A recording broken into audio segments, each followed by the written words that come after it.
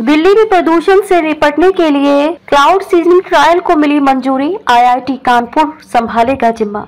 दिल्ली सरकार ने राजधानी और उसके आसपास के इलाकों में बढ़ते वायु प्रदूषण और पानी की कमी से निपटने के लिए एक नई पहल की है। मुख्यमंत्री रेखा गुप्ता की अध्यक्षता में हुई कैबिनेट बैठक में क्लाउड सीडिंग यानी कि कृत्रिम वर्षा कराने के 5 ट्रायल की मंजूरी दी गई है। इस काम के लिए आईआईटी कानपुर को जिम्मेदारी सौंपी गई है। इस पूरे प्रोजेक्ट पर कुल 3 करोड़ 21 लाख रुपए खर्च किए जाएंगे। हर एक ट्रायल पर 55 लाख रुपए खर्च आएगा। 5 ट्रायल का कुल खर्च 2 करोड़ 75 लाख रुपए होगा। इसके अलावा 66 लाख रुपए की एक बार की लागत तय की गई है, जिसमें हवाई जहाज की तैयारी, रसायनों का भंडारण और दूसरे जरूरी इंतजाम शामिल हैं। आईआईटी कानपुर करेगा पूरा काम। आईआईटी कानपुर इस प्रोजेक्ट की योजना बनाने से लेकर हवाई जहाज उड़ाने, रसायनों को बादलों में छोड़ने और वैज्ञानिक तरीके से नतीजों का मूल्यांकन करने तक की पूरी जिम्मेदारी संभालेगा।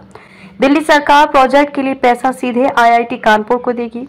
पर्यावरण मंत्री मनजिंदर सिंह सिरसा ने बताया कि पहला ट्रायल गर्मियों में यानी कि मई-जून 2025 के बीच दिल्ली के बाहरी इलाकों में किया जाएगा, लेकिन उससे पहले 13 सरकारी एजेंसियों से अनुमति लेनी होगी।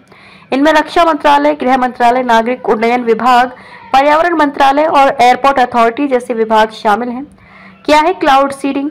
क्लाउड सीडिंग एक वैज्ञानिक तरीका है जिसमें खास तरह के रसायनों जैसे कि सिल्वर आयोडाइड को बादलों में छोड़ा जाता है ताकि बारिश करवाई जा सके।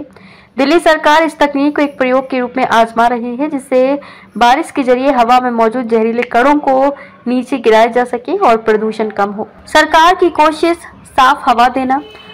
मंत्री सिरसा ने कहा, तकनीक को प्रदूषण के खिलाफ हमारी लड़ाई में सबसे आगे आना चाहिए।